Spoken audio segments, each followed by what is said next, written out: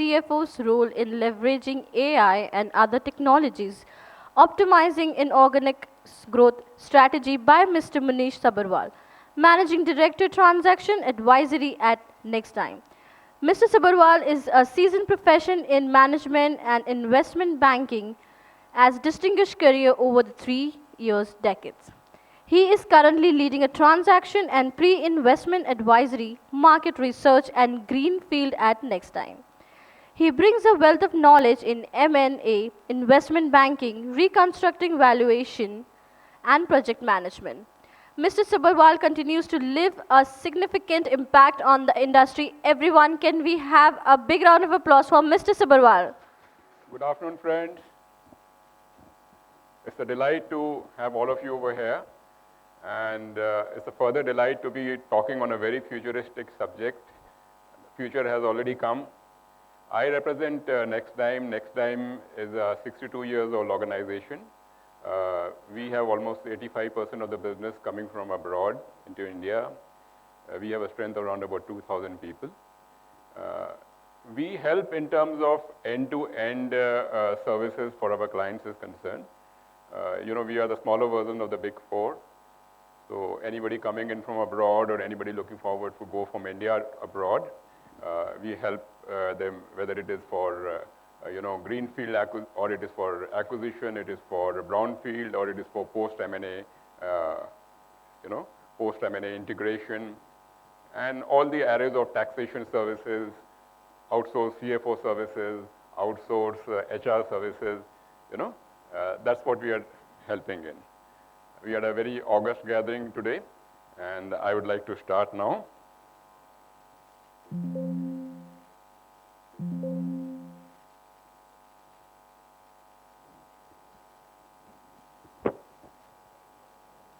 Okay. Sorry.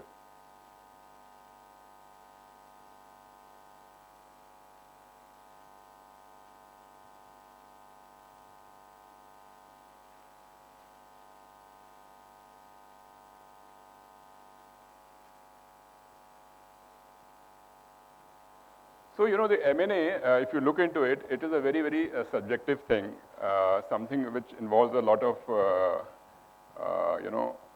softer aspects which are there. And it is something which can result in an organization moving up in a multiple fold, or it can result into a destruction of the entire organization. You may have seen a lot of organizations which have been Fortune 500 companies have become fossil 500 companies. AOL, Times Warner, like $100 billion lost in a period of 3 to 4 years. If you look at what Wharton says, Wharton says around about a study which was done on last 25 years, they said around about 63% of the M&As which were done failed to achieve any type of a shareholder's value. And Harvard said something like a similar figure of 70%, that there was a loss of value. So while this is something which has been a buzzword and something very important in terms of organizational objective is concerned, what is the role of AI as far as M&A is concerned? Let's be very clear about it. What oil is, it's not very much usable, but what refined oil is, that can result into, aviation fuel, it can result into a diesel, it can result into petrol, depending upon the refining capability. Likewise, as far as AI is concerned, it is data. So refining of data is ultimately what it is in terms of whether we are in a position to optimally use the data or not. And being able to use it properly, there are many segments as far as the M&A is concerned, where data is available and intelligent use of data can really help us to move to a level and take informed decisions, faster decisions based on bandwidth, which from a human spectrum, on a limited human spectrum, is not possible. It's like, for example, let's say you have a team of 2 people, 3 people, a CEO, MD, a CFO, and they are basically putting their mind together. Artificial intelligence is essentially speaking, getting the bandwidth of intelligence, information, and that too processed along with some amount of intelligence and being delivered to you in a dashboard. So that if, essentially speaking, you do not miss out something. Let me be very clear about it. I'm not at all in any way ignoring the aspect as far as human judgment is concerned.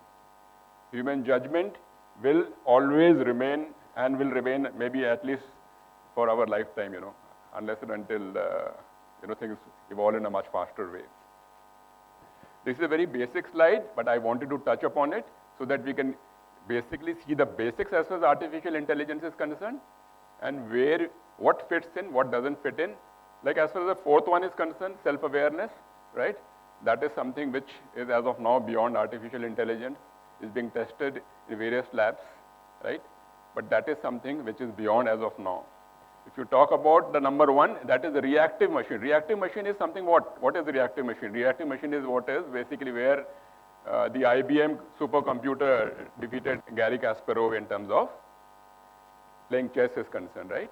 So it's basically a reactive machine. Likewise, when we are talking about this type of a technology, it is possible to find out what would happen vis-a-vis a particular M&A happening. So we have, say, 10 parameters. Out of those 10 parameters, going by 80-20 analysis, so these 20% of those things are important in terms of 80% weightage is concerned. Let's say, for example, it could be something vis-a-vis ethics are concerned, very, very dear to a company which is getting into an acquisition, right? And if you put it in that algo, then the output will definitely come in and say, look, yes, there is a 70%, 80% probability of failure going ahead with this company. I'll keep on giving one small example. So I'll request you to try to connect the dots, right? It's a learning for me also and learning for everybody. Limited memory machine, what it is? It is the same thing which is basically the Google model, whereby from X destination to Y destination, you have a car going in, right? The car can judge at what speed the other traffic is coming in, right? And accordingly, the car changes to the shortest distance and brakes when the red light is there, etc., right? Likewise, what is happening vis-a-vis M&A is concerned, vis-a-vis usage of this is concerned. What can happen is, like for example, you have a model, you have an algo, right? And whereby you are seeing in that you are probably targeting 4 or 5 companies. And out of those 4 or 5 companies, you are looking forward that these companies, when they go for a default, this could be a right prospect for me. Let's say you are looking forward that these are the 5 companies whose leveraging is maybe 3 times. And you're waiting, the moment their leveraging goes to 3.5, 4, you need to get a prompt. Because the moment you get a prompt, it means that time the company is weak. The valuation will go down. You are the right time to be going over there and talking over a deal.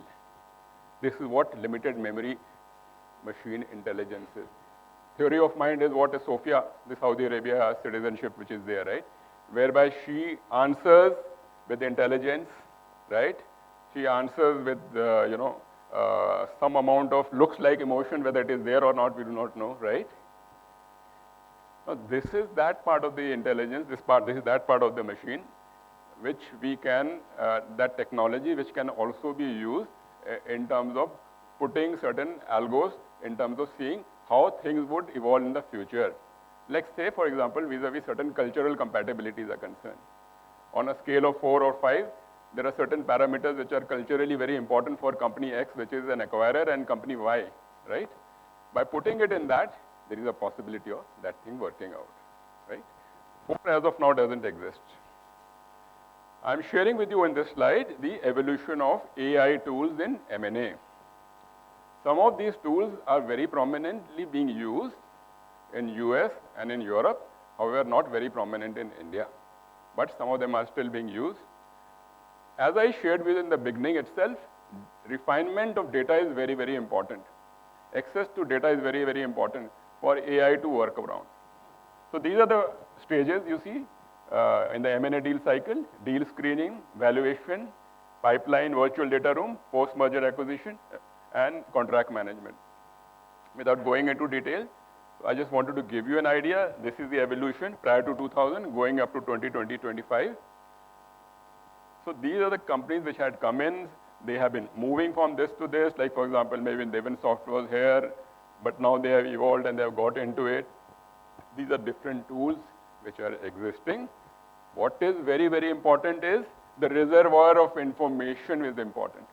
If in the US, let's say comparable AI is having access to 3 million companies, right? Which are listed as well as unlisted, it works very well, right? In India, if I do not have a tool which have that type of an access, there is a possibility that things will not be that. But we are moving in that evolutionary phase.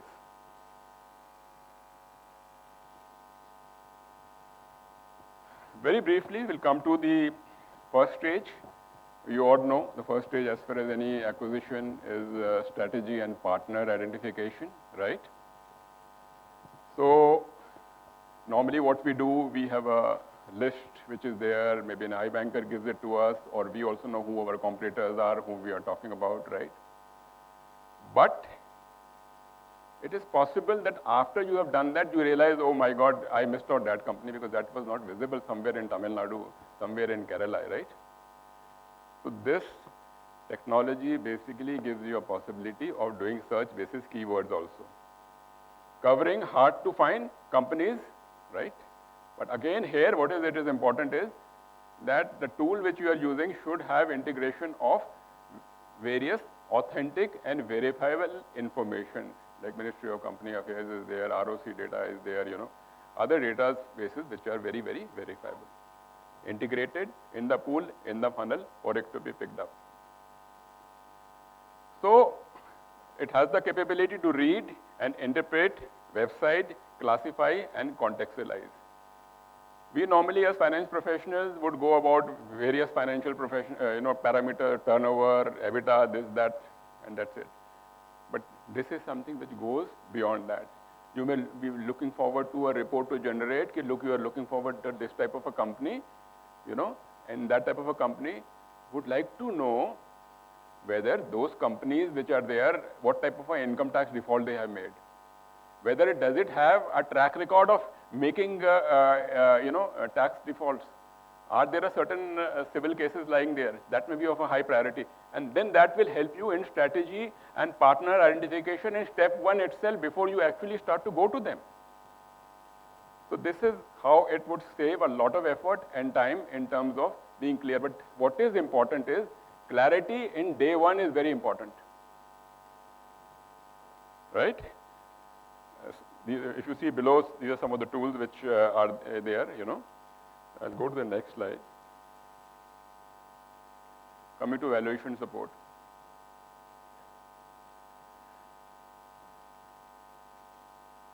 In this slide, the earlier slide which was there, the tools also help you, I missed out this point, in terms of helping you to make contacts with the respective CEOs or the CXOs of the company which you are looking at acquiring or getting into a joint venture.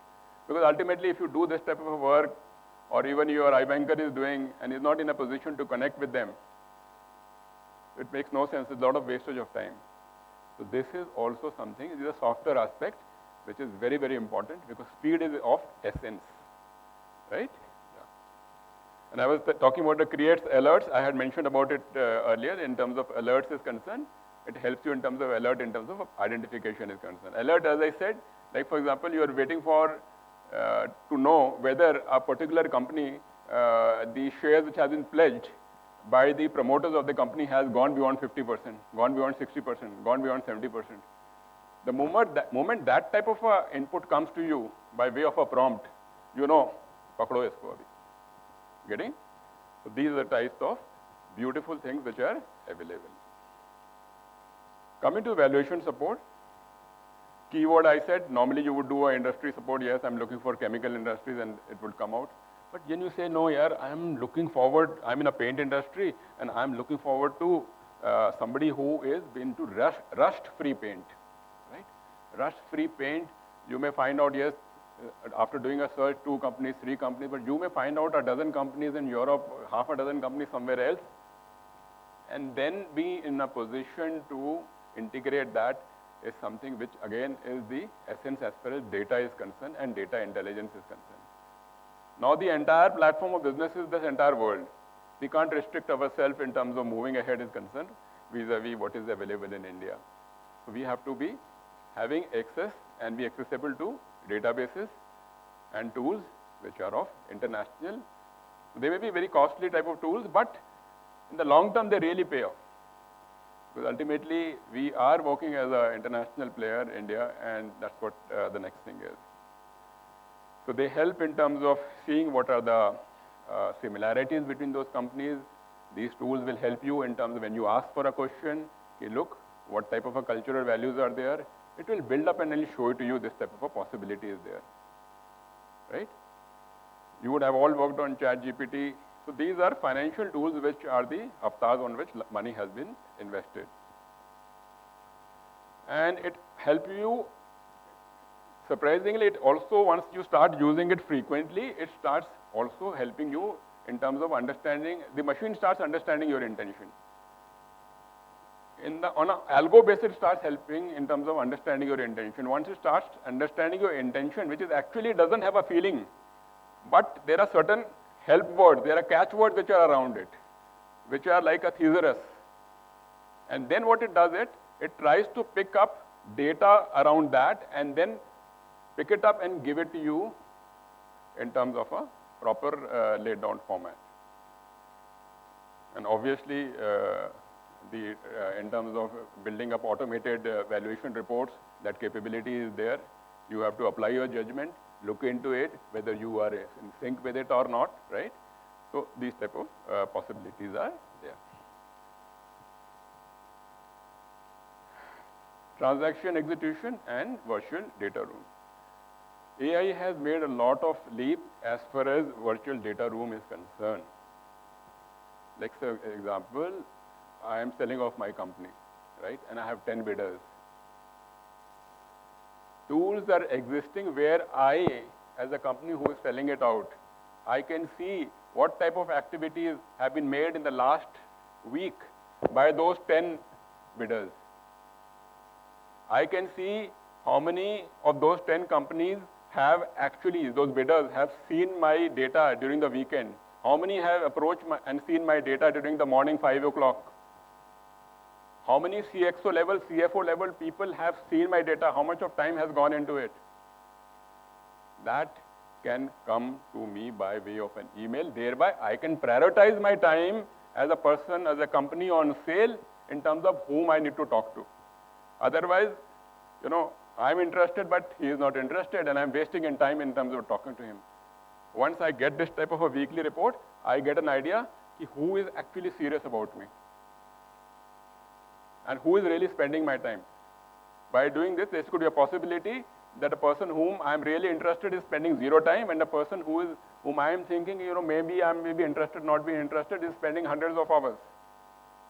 Thereby, I can prioritize my time, I can prioritize my strategy, energy, and then ultimately make things successful. So this is the beauty of it. There are tools which are available, which has something like 57 attributes, whereby you can see what type of a behavior is there. It is known as the behavior engagement matrix of how things are happening as far as the data room is concerned. So you can save a lot of energy and time on that. I come to contract management, documentation. This is something during due diligence.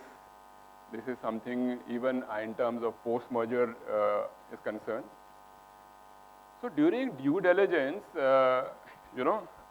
by running an algo, let's say for example, something which is very important for me is the vendors that company is having, and I'm interested in acquiring that company because of the huge number of vendors. And data room is created, the documents are there. Let's say there are 1,000 vendors which are there. And I put in a team of 100 lawyers to find out. And there is a human error possibility is there. And I'm essentially speaking, looking at, look, these vendors who are there, I need to correlate vis-a-vis how much revenue each of them is giving me, whether the data which has been given by the company is right or wrong, and those vendors are concerned whether their contracts are expiring in the next 3 months, 6 months, 8 months, 1 year or not. And then putting in a weightage to see whether it makes sense for me or not. to go for this company, let's say that is the main purpose as far as my acquisition is concerned, that vendor, 1,000 vendors are there. Running through these tools from the data room, it can call out and give me in a couple of minutes, look, this is what it is. If I want to check the reliability, I can do some random checking and find out. Once this type of a thing comes up, you can imagine how ultimately due diligence reports come into hundreds of pages, and actually senior management doesn't read it. But when they start getting this type of a potent reports, just imagine what type of a difference it can make vis-a-vis saving time, moving fast, and making the right decisions. So this is where it is. That's the beauty of it, that technology exists. Some people have been able to marry it. Some people have to wake up to the marriage. Some people have to marry. So there are other things also which are there, but I will quickly move in the interest of time. This is just one example I'm saying in terms of futuristic capabilities as far as M&A is concerned, right? Let's say there is X company and there is Y company, and X and Y are interested in basically forming into one alliance, right? And these are some of the parameters which are there. And we are really interested in the Wharton report, Harvard report, which says that 70%, 84% at the end of the day after 5 years get into a divorce. Then we will put in these parameters. Let's say we say brand, consumer, right? Say I'm looking for a AAA customer, right? AAA. I'm talking about geography. Let's say my target is pan-India, or let's say I'm only looking at the metros, top 5 metros, right? Then clarity is there. Whether it is an economic moat or not, I define myself very, very clearly over here, right? Likewise, when it comes to management, I define it very clearly. What is the corporate strategy? As whether is it a traditional strategy, it is a futuristic strategy, it is a hi-fi. I put it over there. Okay, look, this is the type of thing I'm looking forward to. The acquirer, I'm acquiring. Executive compensation, I said, no, I'm looking for somebody, who doesn't pay average compensation. Somebody said, no, yaar, I'm looking for somebody who's really paying very, very high. Board membership relationship, any news which is there, it needs to pinpoint it, right? Resources, assuming it's a mineral-rich company and looking forward to mineral rights, yes, it is there for 10 years plus more. As far as talent is concerned, I'm looking for people, at least, 5% of people need to be from IIT, from IIM, or some type of polytechnic and all that. So this is how the model can come up, and this can throw out a output. And this is something futuristic capabilities which I am talking about. But this capability exists, could happen in 3 years, 4 years time, 2 years time, I do not know. And this can ultimately help in terms of matching with the other side also. And then then we can come into a probability, yes, 70% above, 80%, chalo, let's go ahead, yeah. Chances of failure are less. So this is what I wanted to share with you. As a last slide in terms of conclusion, I'd like to share that technology, technical capabilities plus human intervention is what we are talking of as the future is concerned. But I'd like to bring to your notice as far as the human part is concerned, past experience is very, very important, human side, situational decision making, fast decision making vis-a-vis slow decision making, very important, right? Ethical considerations, very important. Negotiations, very important. So due diligence ho gaya, sourcing ho gaya, analysis ho gaya, data. But this is the human aspect, right? Which is full of feelings, right? And needs to be factored. And then joining together, the capabilities can really build up and enhance you to be the future CFOs and the really people who are wearing multiple hats. Thank you so much.